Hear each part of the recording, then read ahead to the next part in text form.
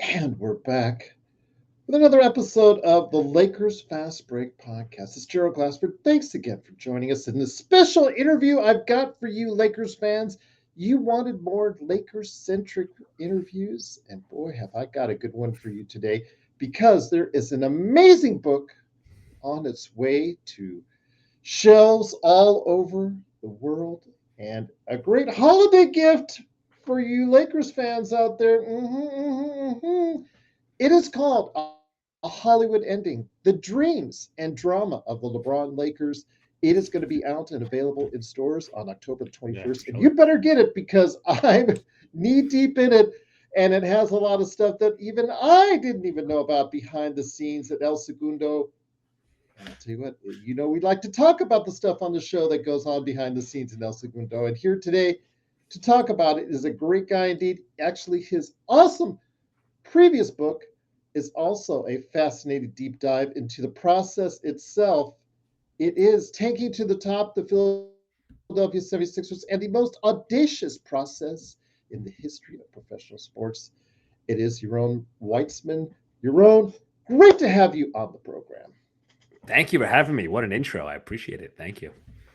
No worries, no worries. I heard, obviously your first book, as I've heard through the grapevine, as a Philadelphia Sixers fan, that was done out of a labor of love, from what I can gather. Why go next over to the LeBron Lakers before we really get into start with some Um, questions I have? yeah, no, it's a great question. So, I mean, there's a few answers. One is that, I've been covering the NBA for about 10 years. I live in New York, and I actually Mhm. have not written much about LeBron. As my day job as sort of an NBA writer, I like to zag a little bit, and daily LeBron coverage is not really something that's lacking. So I kind of looked other places, but just he's the guy for. I'm 37 years old. If you're my generation or you're a reporter, or fan, anything like he's maybe not just basketball player, just as an athlete, he's the guy. I just wanted to sink my teeth into him. And kind of dive into his story. And the other thing is, and this was in my other book too, I'm fascinated by sort of the Game of Thronesian Succession style aspects of the NBA. And it just seemed to me like the LeBron era Lakers, where you have these two gigantic institutions coming together under one roof, was just something that was ripe for, putting a microscope to and seeing what that actually looked like. I can't say I blame you a bit with covering them as I have for now 6+, 7+ years. It's been an amazing ride, but yes, always as a fan for many years behind the scenes. Game of Thrones esque type deal. I think absolutely would be the way to describe it. And as we record this, you know that it's been an interesting LeBron week Yeah. per se, with the LeBron second decision and then the ad that came out of it. And then, of course, we found out that he will be out to start the season, reevaluated for his sciatica. Your thoughts on that? Because I think it perfectly encompasses everything that you're trying to incorporate in the book. Yeah, I mean the injury, we sort of feel like I'm not even gonna say we've reached the beginning of the end. It's sort of like we're at the towards the end of the end here, right? In terms of where we're at. The Luca trade, and that was the last. We actually went back in. I finished the book before the Luca trade. The book ended with originally I was at the LeBron Bronny game, the first one, and that was sort of a nice scene there, and he's getting everything he wants, and then the Luca trade happens, and we had to kind of go into and add that part, and then the sale, obviously. But the Luca trade specifically, that to me really signaled, okay, this is the end of the LeBron era. Like the Lakers are signaling we are now shifting over to somebody else. We're now, handing the keys to him. And we've kind of seen LeBron struggling to struggling to decide how he wants to deal with that this offseason, right? There was the comments with Rich Paul put out through the media after he opted in. Then he's on media day saying, no, I'm happy. I look good. My wife looks good. Everything's great. I don't know what you guys are talking about. Smile, smile, smile. But he's not practicing. He's injured. This ad was really weird. I have no problem with anyone wanting to cash out, like sell out, like cash in for a day of work. That's great. But it's strange to me that the guy who has sort of positioned himself, and I write about this in the book a lot, right? The player empowerment. Like that, I think one of the things LeBron's going to be most remembered for is player empowerment and the idea that he's the power and the players are the power and they're the ones who the money, own your own business. And LeBron, this is in the book too, in 2020 around the bubble, was sort of seemed to be like soft launching himself as sort of a second coming, not quite Muhammad Ali, but maybe going toward that, right? With the books and the social statements. And he went away from that. And again, to be clear, I have no issues with those decisions, but just weird for me, for somebody who was once considering that to be where he wanted to go with his life, to now use his power and fame for the purpose of helping Hennessy sell some more booze, right? That's just strange to me. So yeah, it almost seems like, I was going to say, it's a midlife crisis. It's like kind of what it seems like what he's going through, maybe an end of career crisis, which I get. That was the famous Steve Nash quote was, professional athletes die twice, right? And you can understand why that would be the case. Absolutely. Oh, I have a interesting closing question for you on Sure. that, relating to that. I'll just save it for a little later. Okay, I can't wait. How fascinating for you was it to get, when you took that dive into the rabbit hole with the Lakers? How fascinating was it for you? It was wild. The way, I think when people read the book, there's going to be some, oh, I knew this, and like, yeah, you might know the broad strokes of a lot of the stuff in here.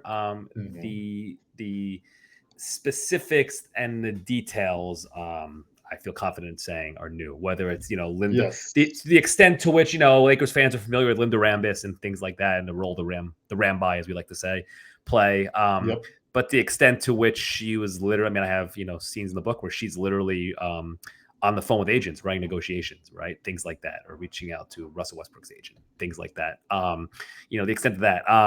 The other fascinating part to me is how sensitive Lakers, but specifically Jeannie Buss, was and is to me, to everything we read about her and me diving into this project that we can talk about. But like, the Lakers hired a famous defamation lawyer to handle their dealings with me later on and threatened to sue me, right? Sent me back some letters. I sent them fact checking and they sent me back letters saying why my fact checking is wrong, and make no mistake, we will sue you. Like, these are, that I'm not exaggerating. That's literally the language in the letters that he would send me. So that part was interesting to me in terms of like, oh, there's a sensitivity here that I was not aware of.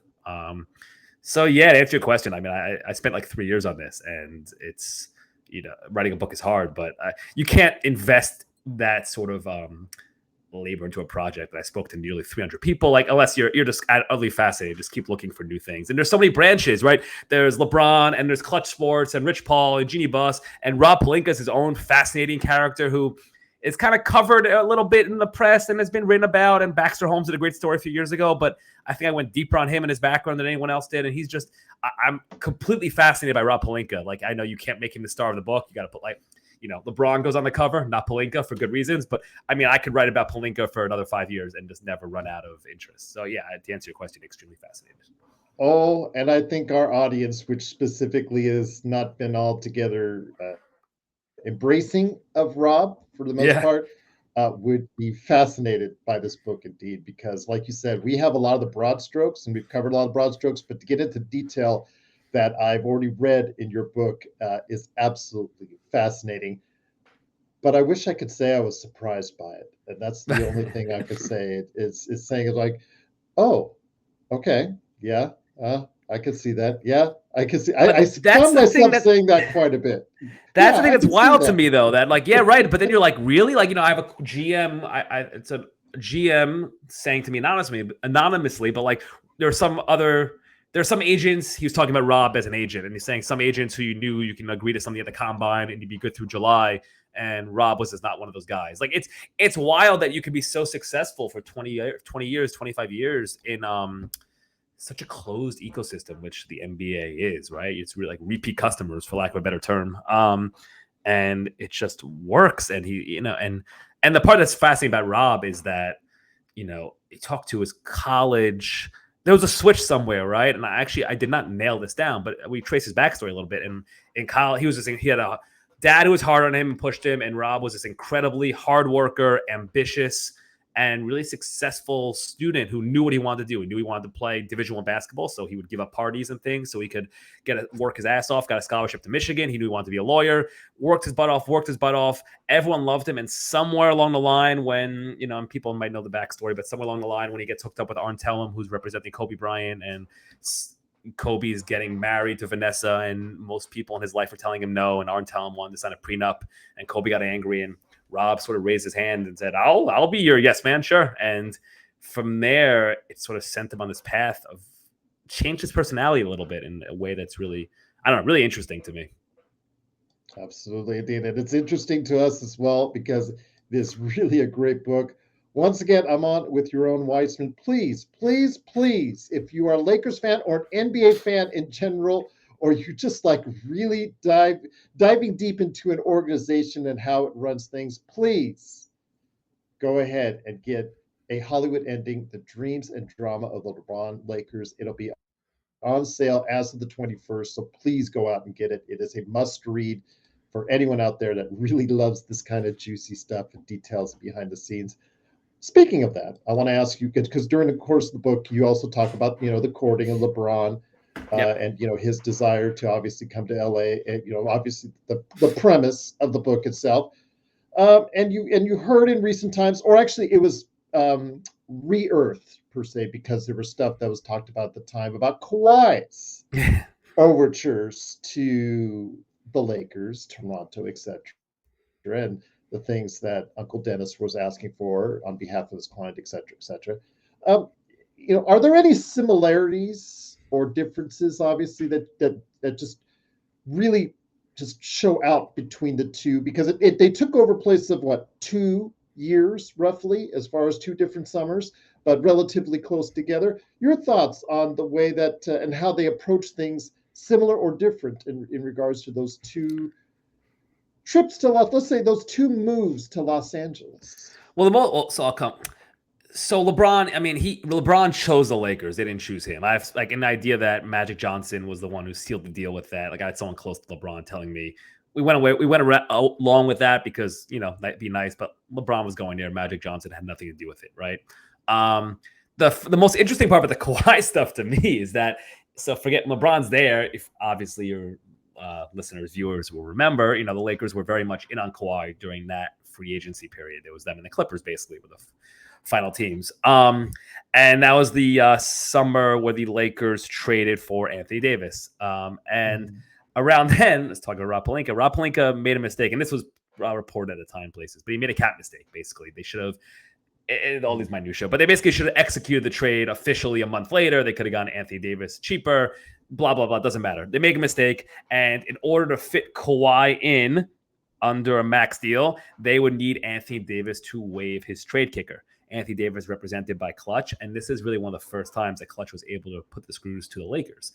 And it's fascinating. This is in the book, right? So Clutch goes, okay, fine. If you guys sign Kawhi, great. That's obviously good. We're all going to be happy. You sign Kawhi, Anthony Davis will waive his trade kicker, whatever. And Clutch is doing this because Clutch doesn't believe that Kawhi is actually going to the Lakers. They didn't think he would actually want to play with LeBron. So Clutch says, but if you don't get him, we're going to, and we waive our trade kicker, fine. You're signing KCP. You're re-signing him. And that's agreed to. That's part of the deal. KCP, a Clutch client. Kawhi doesn't come. KCP signed. It wasn't, he ended up being a really good player for the Lakers. It wasn't just purely a money play. They thought he would also be good with LeBron and good on that team. They were right. But to me, it's just a really interesting, example of how Clutch was able to operate with the Lakers early on, and how Clutch, Rich Paul, and his lead negotiator, a guy named Mark Termini, who really I focus on a lot in the book. He does not get a lot of shine elsewhere. I think people reading this will be interested to learn the role he played in all those negotiations, but it just shows how they were sort of able to leverage power, the magic word we're talking about, right? That power they had. And fast forwarding now, the power that LeBron no longer has, because that only applies to, like, you could be a top 15 player. It's not that. You have to be one of those top 3 or 4 guys. That's where that power lies. I'll tell you what, this book, again, as I'm going through it, it is just really something that a lot of fans, again, like I said before, not just the Lakers fans, but NBA fans in general, that should take away from, because they could find similarities and obviously differences as well, but a lot of similarities that they could take from their own organization on what possibly could be going on behind the scenes. What do you want people to take away from this book, even if they're not a Lakers fan? That's a good question. I haven't been asked that one. What do I want people to take away from this book? I mean, so I come at simple answer, entertain and inform, right? That's always the basics you're going for as a writer. I want you to learn something new and enjoy reading it or consuming it. I just think I almost joke that this book is a book about liars, right? It's a little too strong, but I think the way I phrase it in the prologue is it's a book about the stories that people tell, and specifically the stories that people tell about themselves, right? And the role that plays in terms of myth building. And Pelinka, we've talked about that. LeBron, Rich Paul, Lakers. These people are all pitching stories of themselves, many of which are, for lack of a better term, sort of bought by a lot of my colleagues, right? And repurposed and pushed out into the public. And it's not that I'm trying to tear anyone down. I'm not, but I'm a believer in truth. And I think there's power to that. And I think when you see, I think people and institutions become more relatable when it's not just through myths, but you see the foils.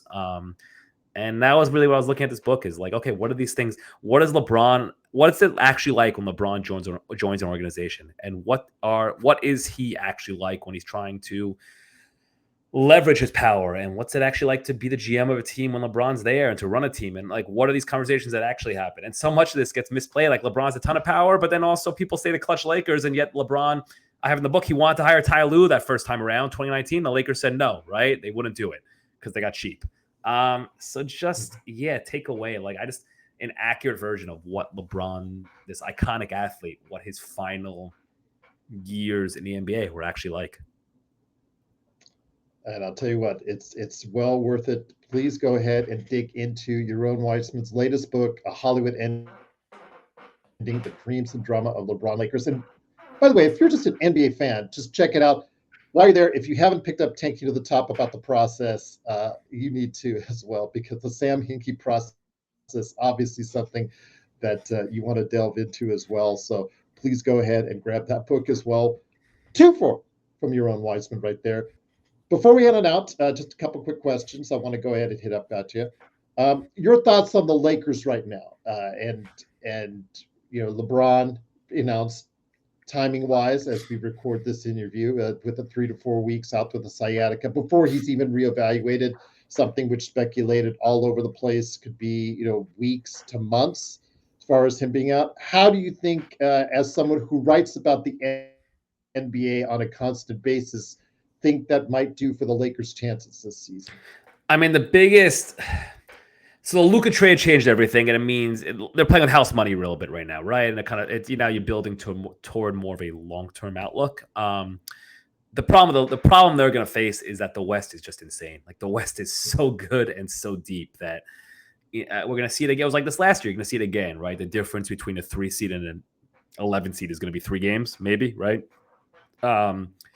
I don't think it's necessarily awful if LeBron wasn't going to play 82 games this year anyway, right?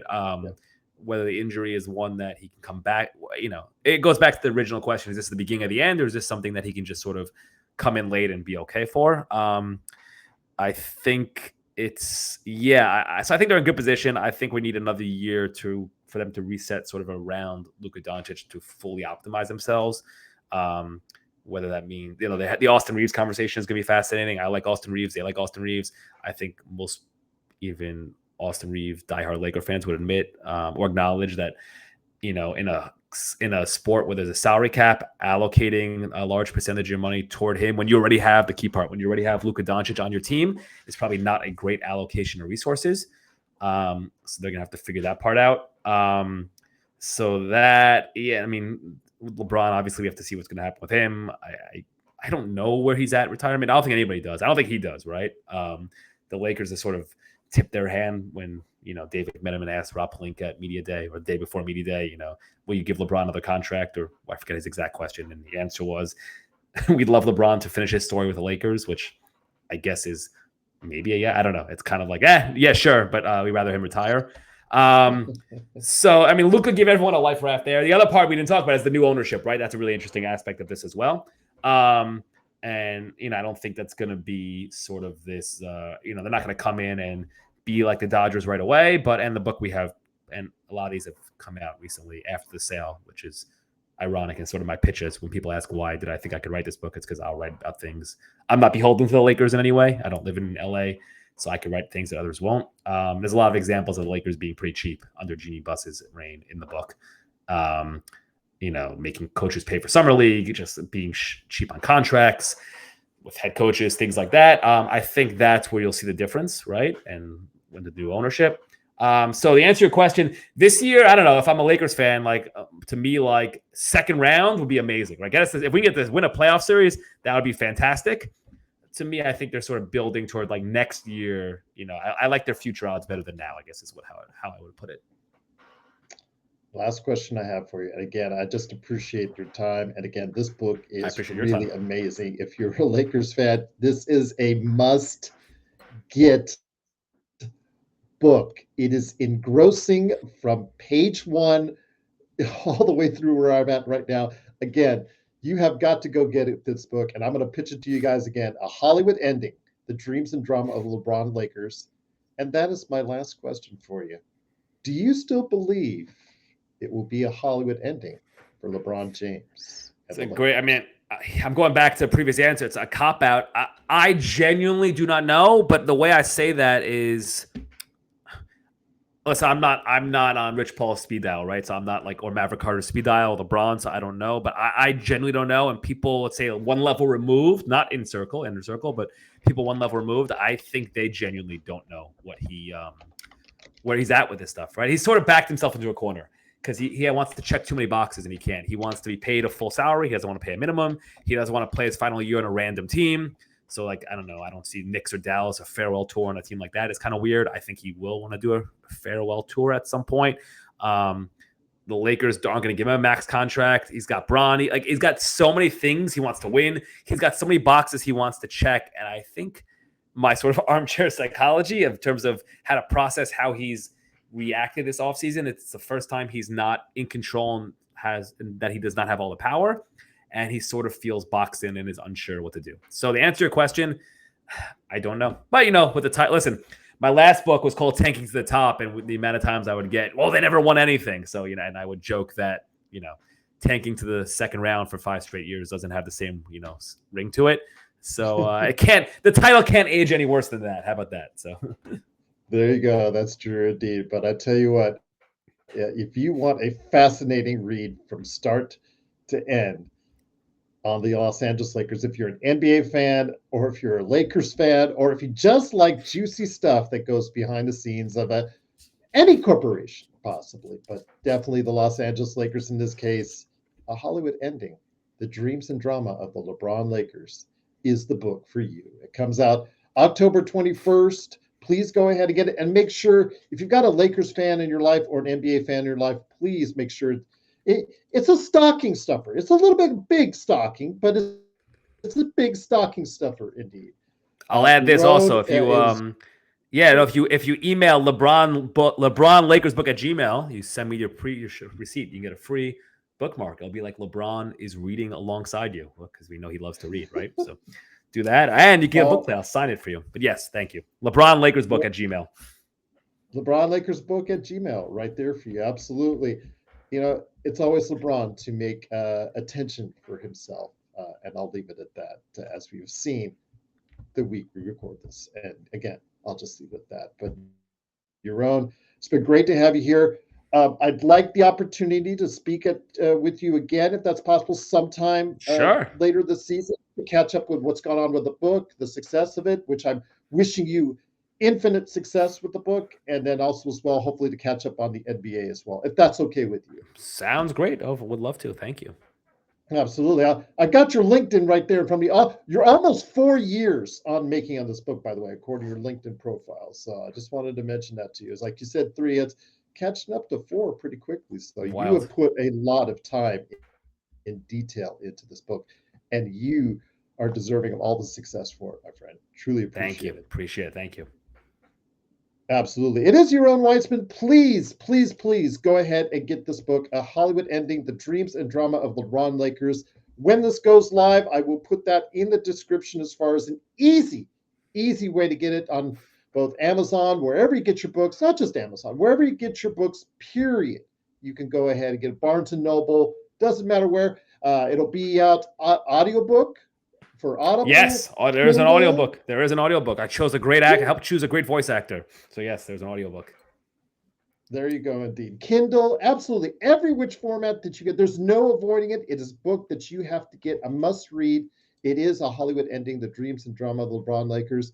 Yaron, it's been great talking to you. I cannot thank you enough for stopping by.